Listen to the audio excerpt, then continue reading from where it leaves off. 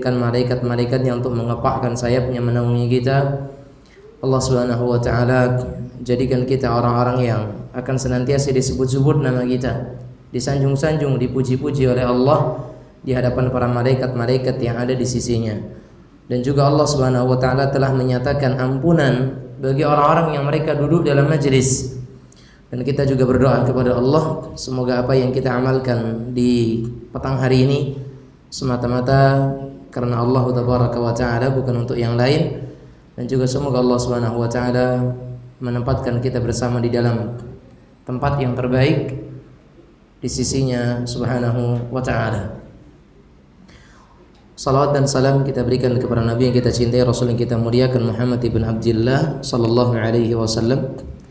Semoga salawat dan salam juga terlimpah tercurah kepada keluarga, seluruh sahabat dan sahabiat beliau, juga kepada seluruh umat yang senantiasa istiqamah menatapi jalan beliau sallallahu alaihi wasallam hingga hari kiamat kelak. Akhwati fillah, para akhwat dan kaum muslimat sekalian yang dirahmati oleh Allah Subhanahu wa taala. Kita sekarang masuk dalam pembahasan di hadis yang ke-8 dari kitab Bahjatu Qulubil Abrar.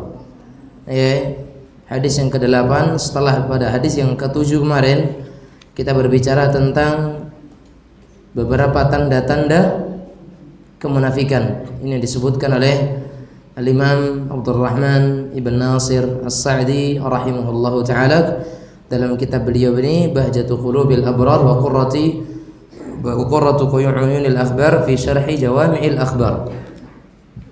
Dan di hadis yang ke-8 ini sang penulis rahimahullahu ta'ala menyebutkan salah satu hadis dari Abu Hurairah radhiyallahu ta'ala anhu yang berbicara tentang cara mengobati was-was akan keimanan, cara mengobati was-was di dalam keimanan. Kaum muslimin sekalian yang dirahmati oleh Allah Azza wa Jalla. Pertama, sebelum kita lanjutkan kepada pembahasan, kenapa hadis ini beliau sebutkan dan kenapa hadis ini disampaikan oleh sang penulis rahimahullahu taala dalam kitab beliau ini? Pertama, mengingat dan melihat kepada bahwa manusia ini dibekali oleh Allah Subhanahu wa taala seorang musuh, ya. Bahwasanya kita manusia dibekali oleh Allah Subhanahu wa taala seorang musuh atau musuh. Kata Allah Azza wa Jalla, "Wa kadzalika ja'alna likulli nabiyyin aduwan syayatinal insi wal jin." Ya.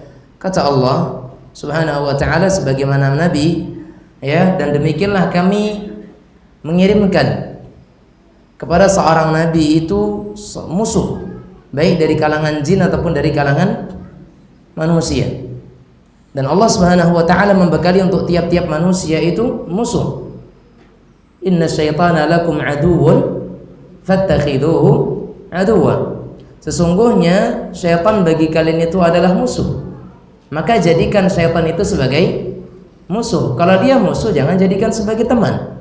Kalau syaitan, kata Allah, dia adalah musuh manusia, jangan kita jadikan sebagai teman atau kawan. Tapi karena dia musuh, maka jadikan dia sebagai lawan, ya. Dan manusia yang dia adalah bukan musuh kita, maka jadikan teman. Jangan kebalikannya. Manusia kita jadikan lawan, syaitan kita jadikan kawan. Ini kebalik. Manusia kita jadikan kawan, sementara syaitan kita jadikan lawan. Ini yang harusnya terjadi oleh seorang muslim dan muslimah. Karena Allah Azza wa Jalla mengatakan, "Inna syaitana lakum aduwwun." Sesungguhnya syaitan itu bagi kalian adalah sebagai musuh. Fattakhiduhu aduwwa. Maka jadikanlah dia, ambillah dia memang sebagai musuh bagi kalian. Ini kata Rasulullah, kata Allah Rabbuna tabaraka wa ta'ala. Jangan pernah kita jadikan syaitan itu justru sebagai teman dan kawan kita, namun tetap kita jadikan dia sebagai lawan. Itu pertama. Yang kedua, syaitan tidak akan tinggal diam dengan manusia. Kalau ada manusia yang mereka beriman kepada Allah, syaitan gak akan tinggal diam. Makanya kita katakan kaum muslimin sekalian rahimanillah wa iyyakum, syaitan itu memang sudah bersumpah di hadapan Allah Subhanahu wa ta'ala, dan dia mengakui akan keperkasaan Allah. Qala fa bi'izzatik la'ughwiyannahum ajma'in. Wahai Allah, dengan keperkasaanmu sungguh aku pasti akan sesatkan mereka, kata Allah. Kata Allah menceritakan tentang perkataan iblis. La'ughwiyannahum ajma'in. Aku akan binasakan mereka, aku akan sesatkan mereka. Illa ibadaka minhumul mukhlasin. Kecuali hamba-hambamu yang mereka itu ikhlas. Ikhlas itu apa? Tauhid. Tauhid itu apa? Iman. Jadi secara makna, orang-orang yang mereka tidak akan diganggu oleh syaitan adalah orang-orang yang mukhlis, orang-orang yang ikhlas, orang-orang yang mereka itu berada dalam keimanan dan ketauhidan kepada Allah Subhanahu wa ta'ala. Mereka lah orang-orang yang akan dijaga dari godaan syaitan. Tetapi memang kita manusia tidak akan pernah dibiarkan aman dan tenang oleh syaitan. Setiap kita pasti akan diganggu, setiap kita pasti akan digoda, setiap kita pasti akan didatangi olehnya dan disesatkan. Dan jerat-jerat syaitan banyak. Jerat-jerat syaitan banyak. Dan syaitan sebelum menggoda manusia, syaitan sebelum dia itu menyesatkan manusia, syaitan sebelum dia mendatangi manusia atau sebelum dia itu menjadi pintu sebab ketersesatan manusia, dia lihat dulu potensi hamba, potensi manusia. Ini orang, ini manusia, potensinya kita sesatkan dari jalan mana? Syaitan lihat dulu, apakah dari jalan A atau dari jalan B. Syaitan punya berbagai langkah-langkah untuk menyesatkan manusia. Tetapi secara garis besar, cara syaitan menyesatkan manusia dari dua jalan. Secara garis besar, syaitan menyesatkan manusia itu dari dua jalan. Pertama, dari jalan syubhat. Syaitan menyesatkan manusia yang pertama dari jalan syubhat, dan yang kedua dari jalan syahwat. Pertama dari jalan syubhat, dan syaitan menyesatkan manusia dari jalan syahwat. Nah, kita lihat bagaimana dalam hadis ini. Rasul kita Muhammad sallallahu alaihi wasallam bersabda dalam hadis Abu Hurairah radhiyallahu anhu, sebagaimana al-musannif penulis ini mengatakan, an Abi Hurairah radhiyallahu anhu qala Rasulullah sallallahu alaihi wasallam, ya'ti asyaitanu ahadakum fayaqul man khalaqa hadha hatta yaqul man khalaqa Allah, fa idza balaghahu falyasta'id billah wal yantahi, muttafaq alaih. Wa fi lafdhin falyaqul amantu billahi wa rasulih. Wa fi lafdhin la yazalu an-nas yatasaaluna hatta yaqulu man khalaqa Allah. Hadis ini dari Abu Hurairah radhiyallahu anhu, dia berkata, Rasulullah sallallahu alaihi wasallam bersabda, syaitan akan mendatangi kepada setiap-tiap kita. Syaitan akan datang kepada tiap-tiap kita seraya dia mengatakan, ya, man khalaqa hadha, siapa yang menciptakan ini, dan siapa yang menciptakan seperti ini, siapa yang menciptakan itu, dan siapa yang menciptakan seperti itu. Perkataan syaitan, ya, pertanyaan syaitan kepada seorang hamba, hatta yaqul, sampai kemudian syaitan akan membisikkan syubhat kepada seorang mukmin dengan mengatakan apa? Idza man khalaqallah, kalau begitu siapa yang menciptakan Allah?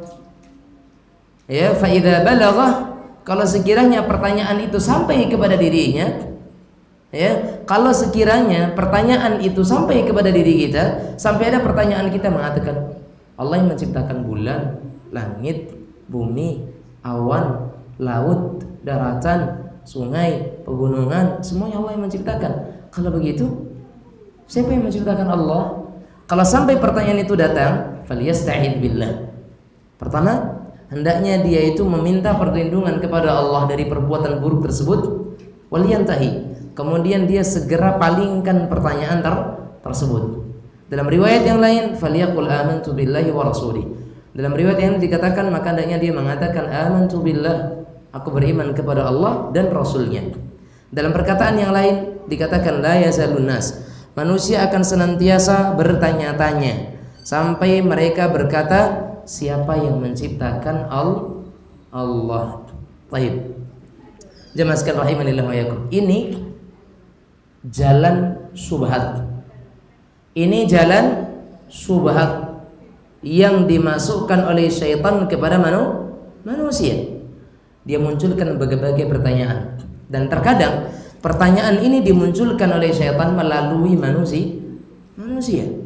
Sekarang ini Bapak Ibu sekalian, ya, sekarang ini kaum muslimat sekalian, banyak orang-orang yang justru menyebutkan bahwasanya Allah itu begini dan begitu. Tentang ayat ini kita harus takwil dan sebagainya. Contohnya, ketika Allah katakan bahwasanya dirinya itu beristiwa di atas 'arsy. Ketika Allah menyatakan bahwasanya dirinya beristiwa di atas 'arsy, Allah berkata, Ar-Rahmanu 'alal 'arsyis tawa. Allah beristiwa di atas 'arsy. Allah beristiwa di atas 'arsy. Orang akan bertanya, istiwanya bagaimana? Kalau kita tidak takwil, nggak mungkin orang tak akan paham, ya. Dan kemudian mereka akan mengatakan apa? Kalau Allah dikatakan di atas, berarti Allah butuh tempat. Sementara Allah tidak butuh kepada sesuatu. Ya atau tidak? Kita katakan, kita tidak mengatakan Allah butuh tempat. Kita hanya mengatakan Allah beristiwa di 'arsy-Nya. Kita katakan demikian kenapa? Karena Allah yang sudah menyatakan demikian. Dan kita tidak katakan bahwasanya Allah itu butuh tempat. Kalau Allah dikatakan Allah tidak di atas, Allah tidak di bawah, tidak di kanan, tidak di kiri, tidak di depan, tidak di belakang. Sementara Allah katakan sabbihisma rabbikal a'la. Bertasbihlah engkau kepada Rabbmu yang maha tinggi. Maha tinggi itu di depan atau di belakang? Hah? Maha tinggi di kanan atau di kiri? Di atas semua kan. Fitrah kita mengatakan maha tinggi Allah di atas. Kalau di atas berarti Allah butuh dengan yang di bawah, karena sesuatu yang di atas pasti butuh dengan yang di bawah. Iya gitu. Orang akan mengatakan yang di atas biasanya butuh dengan yang di bawah. Ngambil nasi di atas piring berarti nasi butuh dengan piring. Saya letakkan handphone di atas meja karena handphone butuh dengan meja. Lampu di atas lantai berarti lampu butuh. Benar? Lampu butuh lantai? Lampu butuh lantai? Tidaklah semua yang di atas butuh kepada yang di bawah. Pertanyaan saya, matahari di atas di bawah? Di atas. Sekarang yang pertanyaannya, manusia di bawah atau di atas? Sekarang yang di bawah butuh kepada yang di atas atau yang di atas butuh yang di bawah? Kita manusia yang di bawah butuh kepada matahari yang di atas. Maka tidak setiap yang di atas butuh kepada yang di bawah. Dan Allah menyatakan dirinya di atas. Sementara syubhat melalui lisan-lisan manusia yang mengikuti kepada bisikan-bisikan syaitan menggiring manusia supaya tidak mengatakan Allah itu di atas. Dan banyak syubhat. Ini syaitan masuk dari jalan syubhat terkadang. Ada lagi syubhat terkadang dibisikkan oleh syaitan dari sebagian orang. Saya mengatakan Allah turun ke langit dunia katanya sepertiga malam terakhir. Ya, sepertiga malam terakhir. Mereka akan katakan, enggak mungkin itu terjadi kalau kita tidak takwil. Bagaimana cara memahaminya? Karena 10 sepertiga terakhir antara kita dengan daerah yang lain berbeda-beda. Terus Allah gimana turunnya? Ya, kalau kita bawa kepada kemampuan kita manusia, betul kita tak akan paham. Dan itu tidak akan mungkin. Sementara ini adalah kekuasaan siapa? Allah. Kita baca ayat wallahu ala kulli syai'in qadir. Allah Maha mampu atas segala sesuatu. Terus kenapa kita masih pertanyakan hal itu? Kalau kita bawa kepada diri kita, Anda bisa sekarang turun di sini asar, tapi kita juga ada di masjid lain asar. Nggak mungkin kalau kita. Tapi Allah Subhanahu wa ta'ala menyatakan dirinya turun di sepertiga malam terakhir, ya. Sementara sepertiga malam terakhir antara satu daerah dengan daerah yang lain berbeda-beda. Itu kuasa Allah. Bagaimananya? La yus'alu an.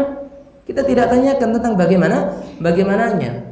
Kalau sekiranya pertanyaan seperti itu ada, berarti bagaimana dengan hari kiamat? Hari kiamat dikatakan kapan terjadi? Hari apa? Hari Jumat. Jumat di Indonesia belum Jumat di Mesir.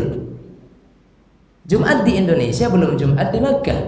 Oh, duluan di Indonesia dulu kiamat. Gitu. Lari seseorang ke sana biar nggak dapat kiamat. Ini pemahaman yang cukup rusak dan rancu. Baik. Makanya bagaimananya sifat-sifat Allah kita imani sebagaimana yang Allah sebutkan.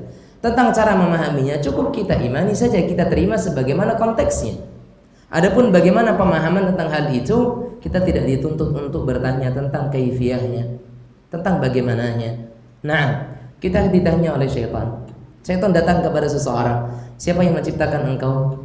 Allah. Siapa yang menciptakan orang tuamu? Allah. Siapa yang menciptakan orang tua dari orang tuamu? Allah. Siapa memberikan rezeki kepada kita? Allah. Rezeki datangnya dari mana? Terkadang dari langit, terkadang dari bumi. Yang menciptakan bumi siapa? Allah. Yang menciptakan langit siapa? Allah Subhanahu wa taala. Apa rezeki dari bumi? Terkadang tumbuh-tumbuhan. Yang menumbuhkan siapa? Allah. Rezeki dari langit apa terkadang? Hujan. Siapa yang menurunkan hujan? Allah. Kalau begitu siapa yang menciptakan Allah? Nah, ini syaitan. Terkadang dia mulai dari jalan syubhat. Dan syubhat ini ibu-ibu sekalian biasanya akan muncul dari orang-orang yang mereka itu mulai semangat dalam menuntut ilmu. Syubhat biasanya akan dimunculkan oleh syaitan kepada orang-orang yang mereka mulai semangat dalam menuntut ilmu. Orang kalau semangat dalam menuntut ilmu, syaitan akan goda dia, syaitan akan ganggu dia, syaitan akan sesatkan dia dari jalan syubhat. Karena saking semangatnya dia dalam menuntut ilmu, akhirnya apa? Ini orang sedang semangat nih, digiring ke sana, digiring ke sini, digiring kepada pemahaman semua ustadz sama. Ambil baiknya, buang buruknya. Emang terompa? Ya kalau terompa ya ambil yang baik, buang yang buruk. Makanya sendal di masjid sering. Apalagi bulan Ramadan, hanya hilang tuh sendal, ya kan? Malam-malam tarawih sendal di depan rumah aja hilang. Ustaz ya, sendal depan rumah pun hilang. Ada kaidah ambil yang baik, buang yang buruk. Sendal kita buruk, sendal tetangga baik, ambil yang baik, dibuang yang buruk. Tayyib jemaah sekalian, kita nggak bisa seperti itu. Ini syubhat juga. Makanya orang-orang yang sedang semangat dalam menuntut ilmu terkadang masuk syaitan dari pintu syubhat. Tapi orang yang lemah dalam menuntut ilmu, orang yang tidak semangat dalam menuntut ilmu, syaitan masuk dari jalur syahwat.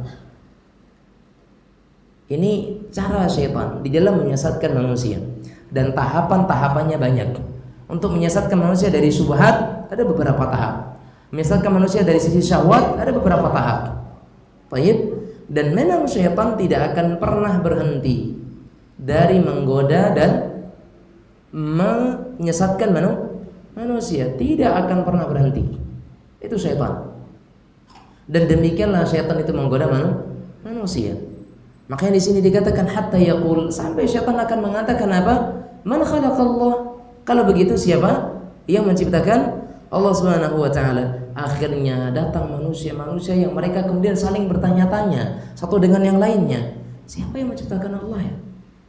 Pernah dapat pertanyaan gitu enggak? Pernah dapat pertanyaan kayak gitu? Jangan berharap, dan semoga tidak ada yang sampai bertanya dengan pertanyaan itu. Tetapi jamaah sekalian rahimanillah wa iyyakum, kita lihat apa keterangan beliau di sini. Ihtawa hadzal hadits ala annahu la budda an yulqiya asy-syaitanu hadzal i'rad al-batil imma waswasatu mukhassah aw ala lisani syayatinil insi wa mulahadatihim. Kata beliau, ya, maka hadis ini memberikan keterangan kepada kita bahwa syaitan itu pasti akan senantiasa membisikkan perkara-perkara yang batil kepada manusia. Imma waswasatun mahdah, bisa jadi dengan bisikan semata, bisikan khusus saja, dia sendiri yang membisikkan. Wa imma ala lisani syayatinil insi, bisa juga dengan melalui lisan-lisan manusia. Tapi tadi saya katakan syaitan itu memasukkan syubhat kepada manusia dengan dua jalan. Ya, mulbi imma dengan jalan dia sendiri yang memasukkan kepada diri seseorang, atau syaitan membisikkan kejahatan kepada seseorang tadilah yang kemudian membisikkan keburukan kepada manusia yang lain. Nah, ini bisa terjadi juga, dan ini sama-sama fatal dan bahayanya bagi seorang muslim. wa qad waqa'a kama akhbar fa innal amrayni waqa'a la yazalu syaitan yadfa'u ila qulubi man laysat lahum basiratun hadha as-su'al basiratu hadha as-su'al al-batil. Maka kaum muslimin rahimanallahu, memang benar hal ini pasti terjadi dan akan terjadi melalui kita sendiri yang digoda oleh syaitan atau dari lisan-lisan manusia yang mereka menebarkan subhat, mengikuti tipu daya syaitan dan dia sebarkan subhat tersebut. Sampai ada seorang dai yang kerjaan dakwahnya cuman menjelek-jelekan dakwah sunnah aja dimanapun itu. Dimanapun itu, mau kajian di Indonesia, mau kajian di Sumatera, mau di Sulawesi, mau di Kalimantan, mau di Jawa, kerjaan kajiannya cuma apa? Menjelek-jelekan dakwah sunnah. Ciri-ciri masjid, kemudian ciri-ciri jamaah, ciri-ciri salatnya, ciri-ciri pengajiannya, itu aja. Tentang kita aja yang disebutkan, nggak ada bahasan lain. Karena mereka menjuluki kita dengan nama apa? Wahabi kan? Wahabi atau Wahabi. Ya, mereka terus ciri-ciri masjid Wahabi, ciri-ciri Wahabi, pengajian Wahabi, salat Wahabi, baju-baju Wahabi, hidung-hidung Wahabi, sebagainya. Honda-hondanya Wahabi, mobil-mobilnya Wahabi, sampai nama Wahabi pun disebut. Ciri-ciri Wahabi itu pakai abu-abu. Ada abu gosok, ada abu apa lagi? Sebagainya. Subhanallah. Emang itu ciri-ciri Wahabi ya? Enggak lah. Kata-kata abu ini sudah ada sejak zaman Rasulullah sallallahu alaihi wasallam, sampai ada yang mengatakan Wahabi baju lama, Salafi baju baru. Ya kan? Justru yang lama itu yang salaf. Ya kan? Nabi kita Muhammad SAW pernah menyatakan dirinya sebagai salaf. Ni'mas salafi ana laki, kata Nabi kepada Fatimah. Ketika Nabi mengatakan membisikkan sesuatu kepada Fatimah, Fatimah bersedih. Kemudian yang kedua kalinya dibisikkan dua kali, kedua kalinya beliau senang. Iya tak? Dan di antara yang disampaikan Nabi kita Muhammad SAW, wahai Aisyah, engkau tidak akan melihat sesuatu yang memberatkan dirimu terhadap ayahmu setelah ini. Fa ni'mas salafi ana lak, sebaik-baik salaf adalah aku bagimu, kata Rasul. Beliau mengatakan dirinya adalah salaf. Dari salafi bukan baju baru. Salaf ini baju lama. Wahabi kita tak pernah pakai baju itu, ya kan? Mereka yang memberikan kita baju itu, tapi kita tak pernah memakainya. Ya, tapi kita dipaksa untuk mengenakan baju itu. Kita nggak pakai baju seragam merah putih, dikatakan bajunya merah putih, padahal kita pakai baju hitam. Mereka buta, ya. Maka mereka yang menamakan kita itu sebagai aliran Wahabi, mereka buta dari kebenaran, ya. Mereka buta daripada kebenaran. Ta'mal qulub, hati-hati mereka buta. Sebagaimana mata-mata mereka juga buta melihat apa yang benar dan mana yang salah. Baik. Jadi jemaah sekalian, rahimanillah wa iyyakum, syaitan menebarkan subhat. Wa la yazalu ahlul ilhad yalqawna hadhihi subah allati hiya abtal ash-shibah. Wa yatakallamuna 'an al-'ilali wa 'an mawad al-'alam bi kalamin sakhifin ma'ruf. Ya. Dan memang mereka masih saja senantiasa menyebarkan syubhat dan kerancuan ini, ya. Mereka membahas tentang sebab-sebab dan materi alam dengan pandangan-pandangan yang tidak berbobot, ya. Seperti yang memang sudah dikenal sebagaimana kita tahu, ya, mengkaitkan sesuatu dengan hal yang tidak akan pernah terjadi, cocok logi dan sebagainya. Ini semuanya adalah syubhat. Ini adalah semuanya syubhat. Ada pula masalah pemilihan presiden dengan ayat Al-Qur'an dan sebagainya. Ini nanti akan terjadi presidennya ini. Ya kalau di Indonesia, kalau di tempat lain gimana? Dan sebagainya. Ini semuanya cocok lagi yang tidak pernah dianjurkan dalam agama kita. Ini syubhat semuanya. Al-Quran bukan kita gunakan untuk hal tersebut. Kitabun anzalnahu ilaika mubarak liyadabbaru ayati, kata Allah. Al-Quran diturunkan untuk didadabburi, bukan untuk dijadikan sebagai pencocokan ini dan itu. Waqad arsada an-nabiy sallallahu alaihi wasallam fi hadzal hadits al-'azim ila daf'i hadha as-su'ali bi umurin thalathah. Dan dalam hadis ini Nabi Muhammad sallallahu alaihi wasallam memberikan bimbingan kepada kita, manakala seseorang datang pertanyaan tadi, siapa yang menciptakan Allah, maka hendaknya dia itu menolaknya, hendaknya dia itu menahannya dengan 3 hal. Cara mengobati syubhat iman itu dengan 3. Syubhat iman di sini apa? Perkataan dan pertanyaan man khalaqallah. Jadi Anda boleh tulis cara menjawab syubhat siapa yang menciptakan Allah. Syubhat keimanan ya. Siapa yang menciptakan Allah? Maka jawabannya adalah yang pertama, at-ta'awudz minasyaitan. Ya, at-ta'awudz billah. Dengan kita berta'awudz. Apa itu ta'awudz? Isti'adzah. Minta perlindungan kepada Allah. Ya, minta perlindungan kepada Allah. Ketika muncul pertanyaan ini, wahai diri, siapa yang menciptakan Allah?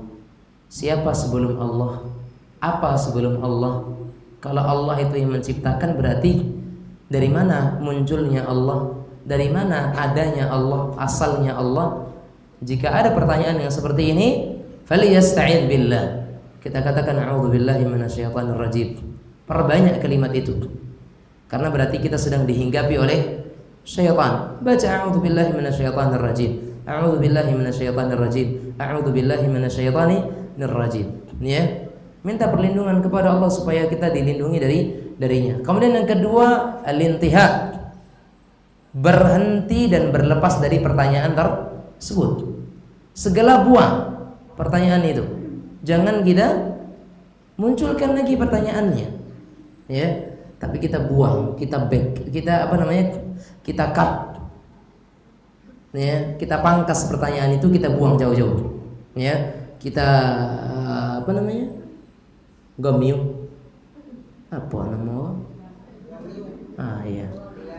iya, diame, kemudian compaan ga, ya, iya, kita buang jauh-jauh. Ya, jangan kita masukkan dalam pikiran kita, tapi kita buang, kita pangkas jauh-jauh pertanyaan tersebut, karena pertanyaan ini tidak berhak untuk kita tanyakan. Karena antal awwal falaysa qablaka syai', engkau yang pertama dan tidak sesuatu sebelum. Wa antal akhir wa laysa ba'daka syai', dan engkau adalah yang terakhir dan tidak ada setelahmu itu sesuatu. Di saat semuanya belum ada, Allah sudah ada. Di saat semuanya hancur, Allah tetap berdiri tegak. Itu maksudnya, ya. Dan dialah Allah Subhanahu wa taala yang pertama, dan dia juga Allah Subhanahu wa taala yang terakhir. Dialah Allah Azza wa Jalla. Maka pertanyaan tadi tidak sewajarnya ada pada diri seseorang. Kalau ada, minta perlindungan kepada Allah. Kemudian yang kedua, hentikan pertanyaan itu. Jangan adakan pertanyaan itu. Bawa aktivitas yang lain, atau kerjakan yang lain, atau ngobrol dengan orang sehingga kita lupa dengan pertanyaan tersebut. Artinya sudahi pertanyaan itu dengan cara apapun yang bisa kita lakukan. Ya, nonton video yang sifatnya menggugah keimanan, menambahkan keimanan, menumbuhkan rasa takut kepada Allah Subhanahu wa taala. Kemudian yang ketiga, wabil iman. Yang ketiga adalah dengan mengatakan amantu billah. Dengan kita mengatakan aku beriman kepada Allah. Ya, katakan aku beriman kepada Allah Azza wa Jalla.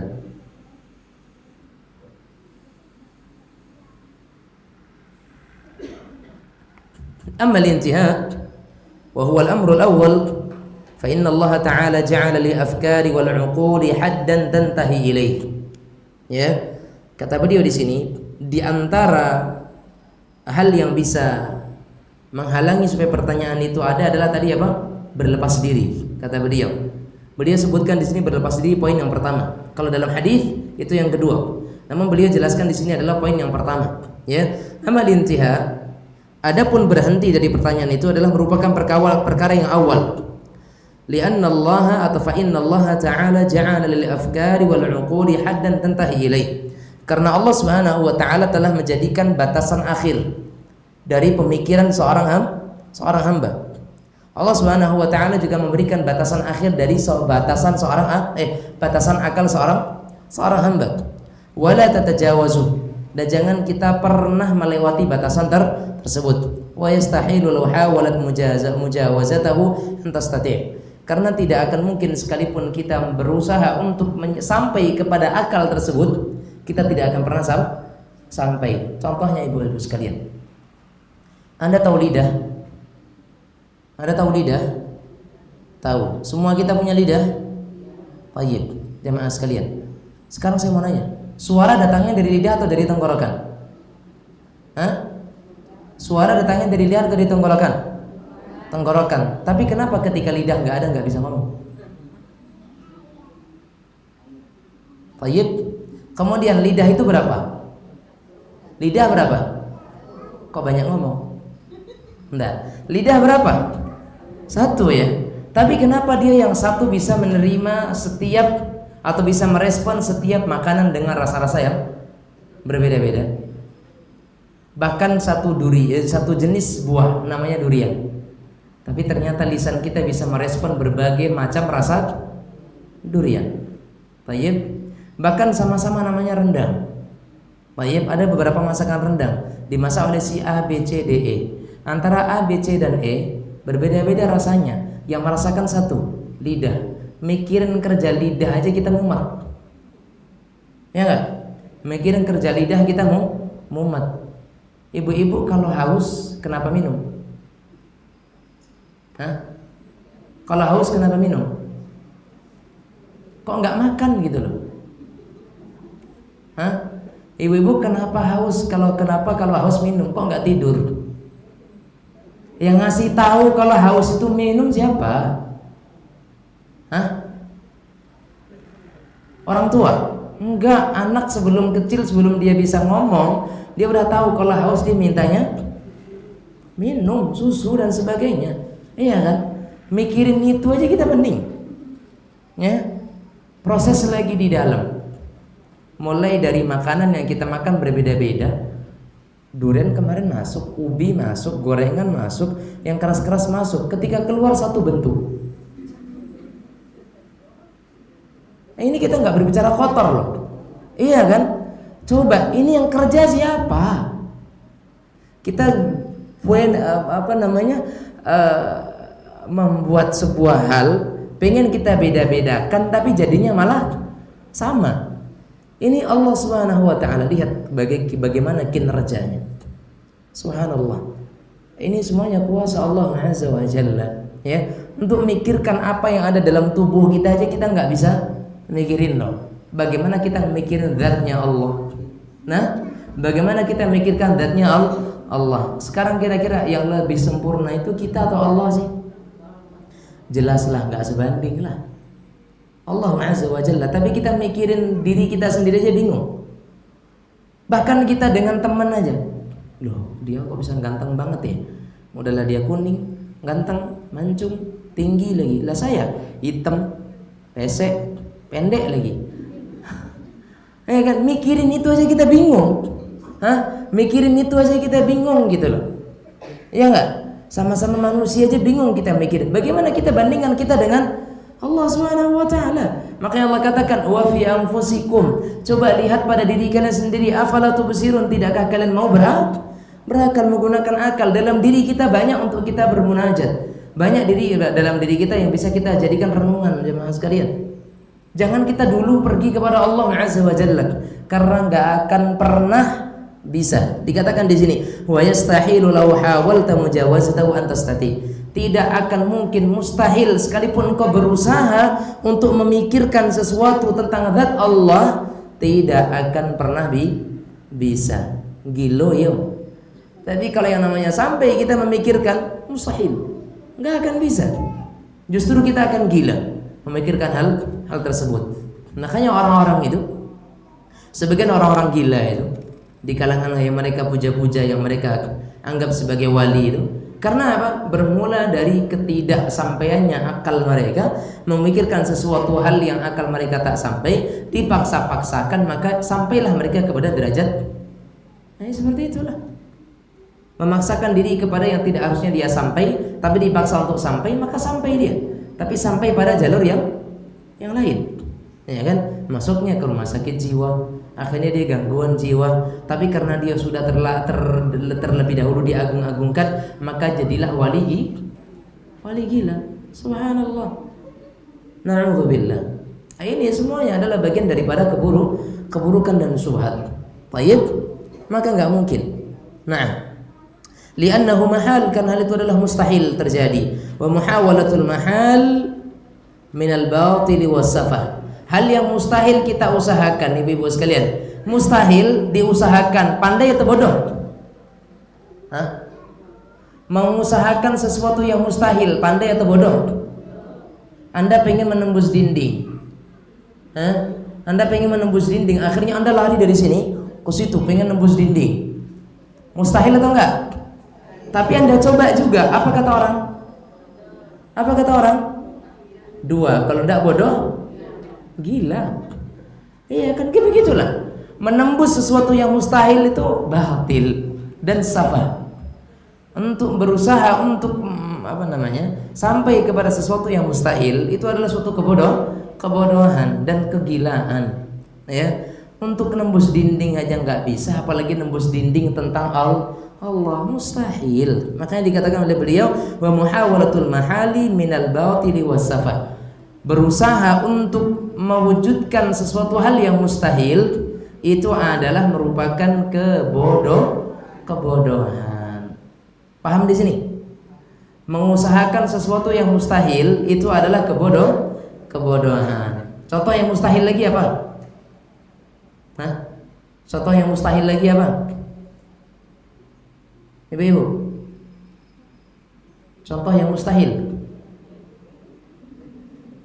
Contoh yang mustahil itu ibu-ibu sekalian, ya, bisa sholat Jumat di waktu Jumat Indonesia. Mustahil gak? Katanya ada orang yang tak hadir dari sholat Jumat. Dia seorang wali, dia tak sholat di masjid. Ketika ditanya, Beb, di mana sholat tadi, Beb? Oh, saya sholat di Mekah tadi. Saya sholat di Mekah tadi, kata dia. Orang percaya. Sementara secara logika orang sehat percaya atau enggak? Kenapa enggak percaya? Waktu aja 4 jam berbeda. Di sini masjid, di sini udah Jumatan, di sana orang masih pada duha, masih pada main bola. Di sini jam 12, di sana jam 8. Ya, makanya ngapain di sana Jumatan yang mana di sana? Katanya dia sempat salah Jumat, siapa imamnya? Oh, katanya Syekh Sudes. Ditengok rupanya khutbahnya nanti Syekh Mahir. Mas Sudes yang mana ini? Tapi banyak juga orang yang percaya, subhanallah, lucu. Ya. Nah, ini semuanya kebodohan dan syubhat yang dimunculkan oleh manusia. Naam.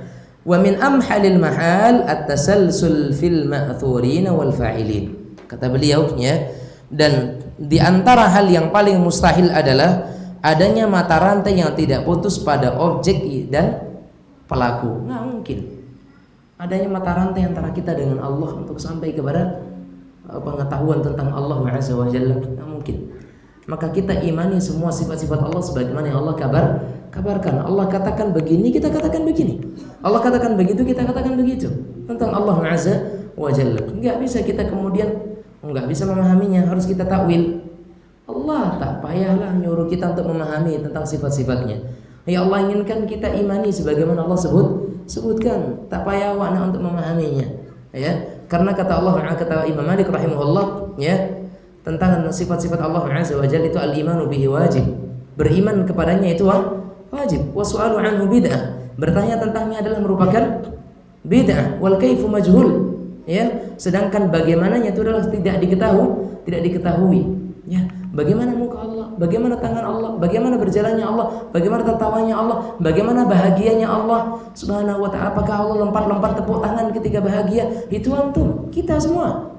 Kita kalau bahagia ya lompat-lompat tepuk tangan, jingkrak-jingkrak, sampai nggak tahu ternyata jendela kebuka atau jedotlah kepala ke jendela dan sebagainya. Saking senangnya kita. Allah Azza wa Jalla senangnya gimana? Oh, kita nggak tahu kok. Tapi Allah punya sifat bahagia, Allah punya sifat tertawa, Allah punya sifat turun, Allah punya tangan, Allah punya pendengaran dan seterusnya. Bagaimana tangan Allah Azza wa Jalla?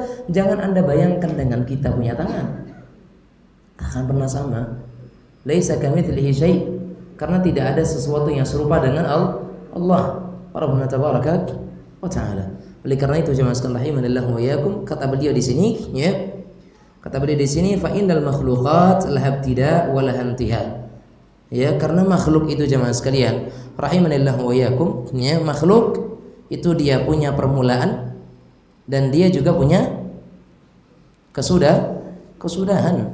Baik, manusia itu punya permulaan, ada awalnya, tapi juga akan ada akhirnya. wa qad tasalsala fi katsir min umuriha hatta tantahi ila Allah alladhi awjadaha wa awjada ma fiha ya minal makhluk atau minas sifati wal mawadil wal anasir ya. Dan memang jamaah sekalian rahimanallahu wa iyyakum ya, pada kebanyakan urusan ya memiliki mata rantai ya hingga sampai kepada Allah Azza wa Jalla, yang kemudian mengadakannya, Allah yang mengadakannya, Allah yang menjadikannya, Allah yang kemudian merawatnya.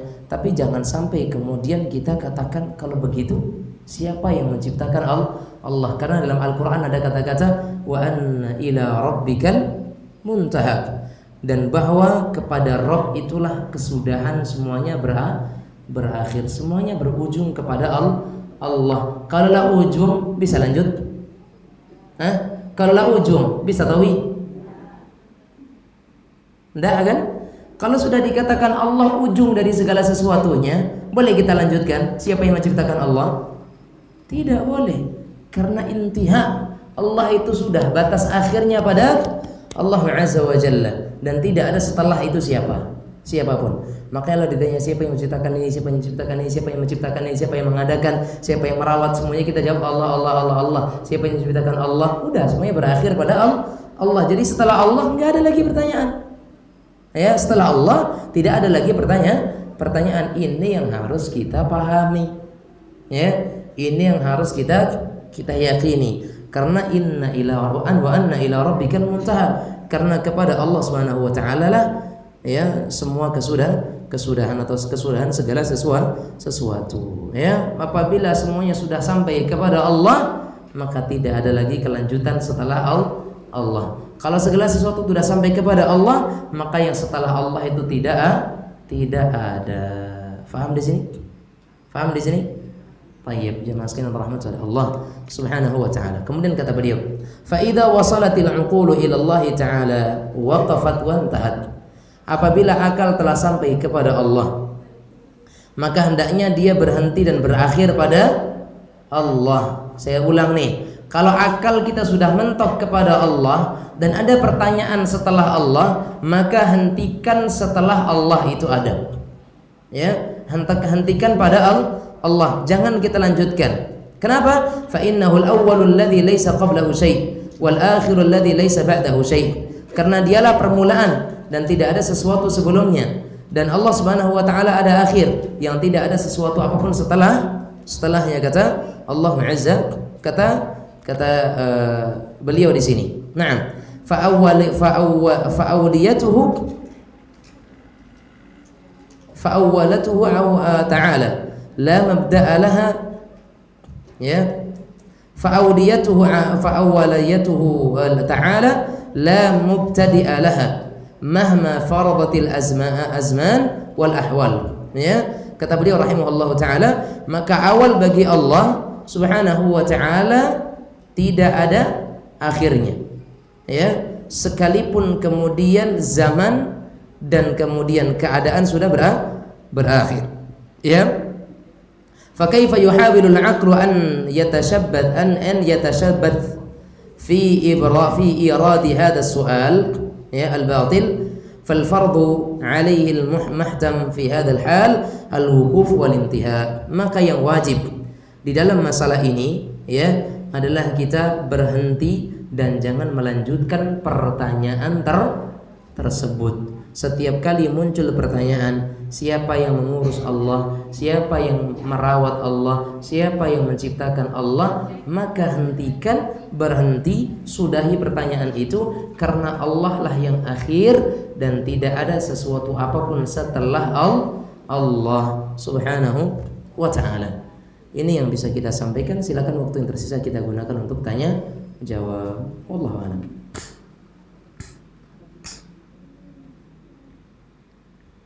Silakan, Anda bertanya.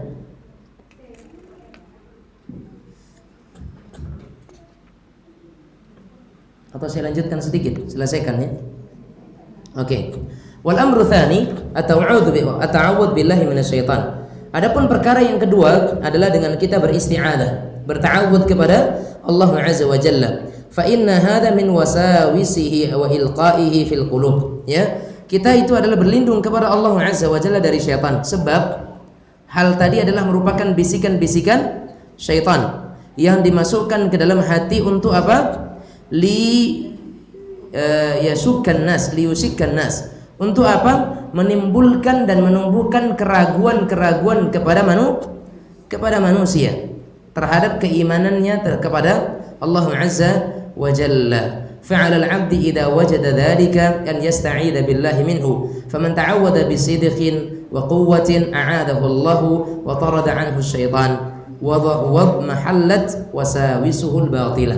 Karena seseorang ketika dia itu kemudian berlindung kepada Allah, minta perlindungan kepada Allah dari godaan syaitan tersebut dengan penuh kejujuran, dengan penuh kekuatan, maka Allah Azza wa Jalla akan tolak syaitan, akan usir syaitan, dan akan hilangkan syaitan darinya, dan akhirnya akan hilanglah bisikan-bisikan yang datang kepada seorang hamba tersebut. Maka minta perlindungan kepada Allah dari godaan syaitan, berlindung kepada Allah dari keburukannya dan segala bisikan-bisikan jahatnya, karena itu membinasakan dan membuat seseorang tersesat.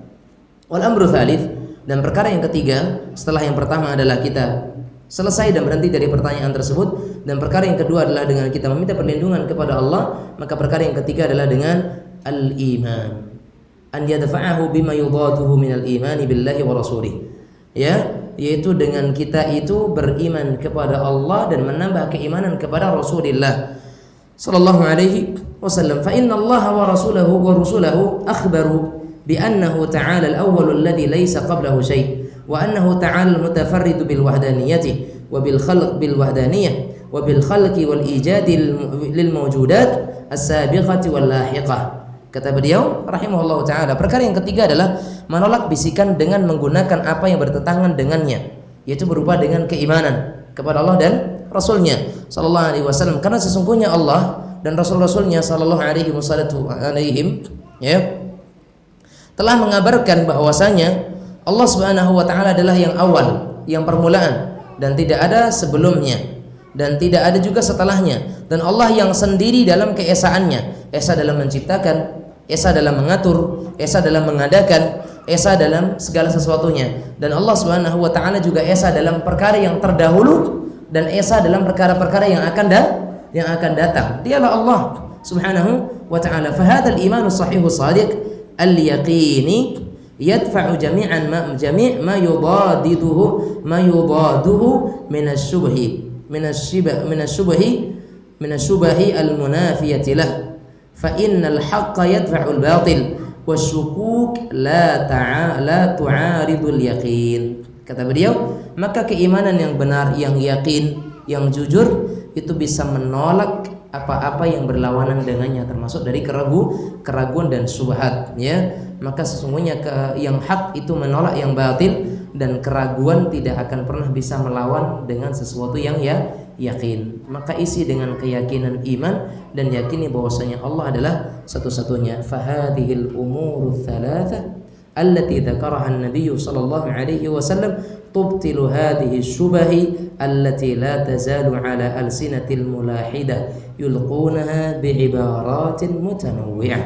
Maka tiga perkara yang kita sebutkan tadi, berhenti dari pertanyaan tersebut, berlindung kepada Allah, tanamkan dan tumbuhkan rasa iman kepada Allah dan Rasulnya alaihi wassalatu wassalam. Ini perkara tiga hal ini adalah merupakan hal yang disebutkan oleh Nabi kita Muhammad SAW, yang dengannya bisa menolak dan membatalkan syubhat-syubhat yang masih saja disampaikan oleh lisan-lisan manusia yang mengajak kepada kesesatan, yang mereka sampaikan dan utarakan kepada manusia dengan berbagai uslub dan ibarah, dengan berbagai bahasa kalimat-kalimat yang berbeda-beda. Ini yang disebutkan oleh beliau rahimahullah taala. Alhamdulillah, Allah Subhanahu wa taala telah menunjukkan kepada kita bersama dengan hal ini semuanya, yang semoga Allah Subhanahu wa taala menyelamatkan kita daripada perkara-perkara ini, dan semoga Allah Subhanahu wa taala melindungi kita daripada segala pintu-pintu syaitan yang dengannya kita akan tersesatkan dari jalan yang benar. Hada wa sallallahu wasallam wa baraka wa an'ama ala abdihi wa rasulih Muhammad wa ala alihi wa sahbihi wasallam walhamdulillahi rabbil alamin. Nah,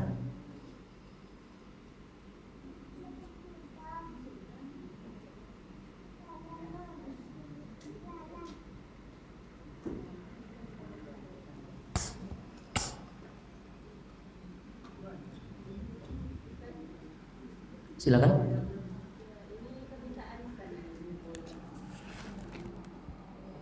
Ya. Karena masih banyak jemaah di sini yang belum paham Ustaz, bagaimana cara merapatkan saf yang benar, cara merapikan dan merapatkan saf yang benar. Oh, ini lanjutan dari kajian Jumat kemarin ya? Ya, karena kan waktu Jumat kemarin kan layarnya ketutup Ustaz. Baik. Kalau sekarang kan terbuka. Jadi minta tolong contohkan seperti itu. Baik. Ada yang lain dulu? Nanti itu akhir saja. Bisa itu di luar selesai kajian saya contohkan sebentar bisa. Baik. Silakan. Ada yang lain pertanyaan?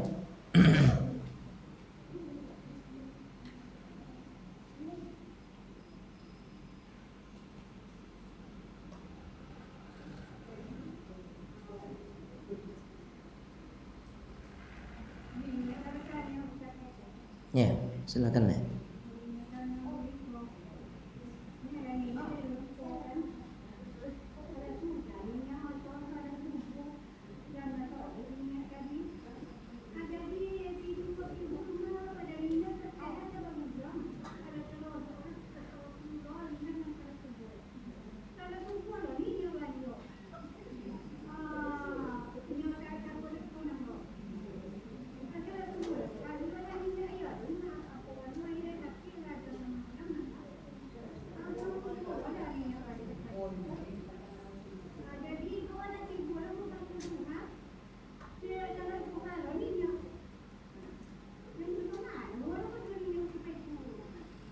Tayyib. Jadi kaum muslimin sekalian rahmati Allah azza wa jalla, yang pertama ini adalah salat subuh. Sudah tu pulang guliang talolo jago alun salat subuh. Rupa salat subuh balik sementara sudah salat subuh. Yang itu insyaallah dimaafkan oleh Allah azza wa jalla. La tu'akhidna in nasina aw akhtana. Tidak akan diambil Allah sebagai sebuah dosa yang dikerjakan karena salah atau lupa. Nya dibuat subuh baliknya tidak tekonang bahwa sudah salat. Adapun ketika masuk waktu duha kemudian nenek tadi salat duha, ya betul, karena sudah masuk waktu duha ya salat aja nggak apa-apa. Jadi yang salat subuh kedua tadi itu insyaallah ma'dzur, dimaafkan karena tidak disengaja. Wallahu a'lam bishawab. Nah.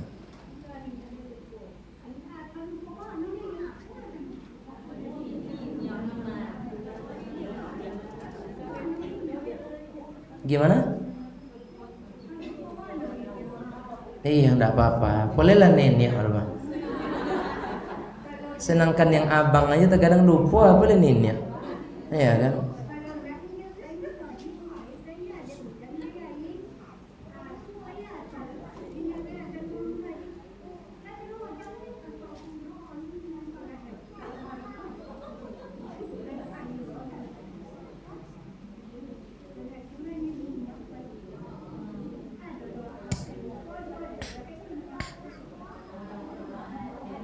Iya, kalau doa mungkin doa sampaikan ya, kita doakan semoga nenek tidak lupa lagi. Ya, kalaupun lupa insyaallah dimaafkan karena lupa itu tidak disengaja. Kecuali nenek sengaja buat jalan subuh 2 kali. Ya elok dan sebagainya. Apa salat cuma misalkan itu yalah. Wallahu a'lam bishawab. Nah. Enggak, insyaallah. Tapi jangan diulangi, Nek. Nah, iya.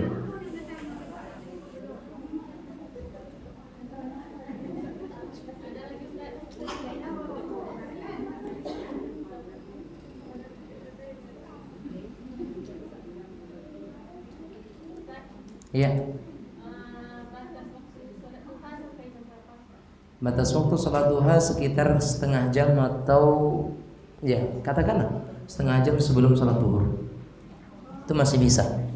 Setengah jam sebelum sholat salat duhur. Kalau sekarang salat duhur jam 12.25 ya jam 12 boleh. Masih bisa waktu duha. Ya nggak apa-apa. Salat duha paling bagus jam 9, jam 10 tuh bagus. Jam 9, jam 10 tuh pas waktu yang paling bagus karena sinar matahari sudah mulai panas. Tapi kalau jam 8 itu sedang hangat-hangatnya. Tapi kalau jam 9, jam 10 itu sudah menyengat dan disitulah waktu duha yang terbaik. Allah.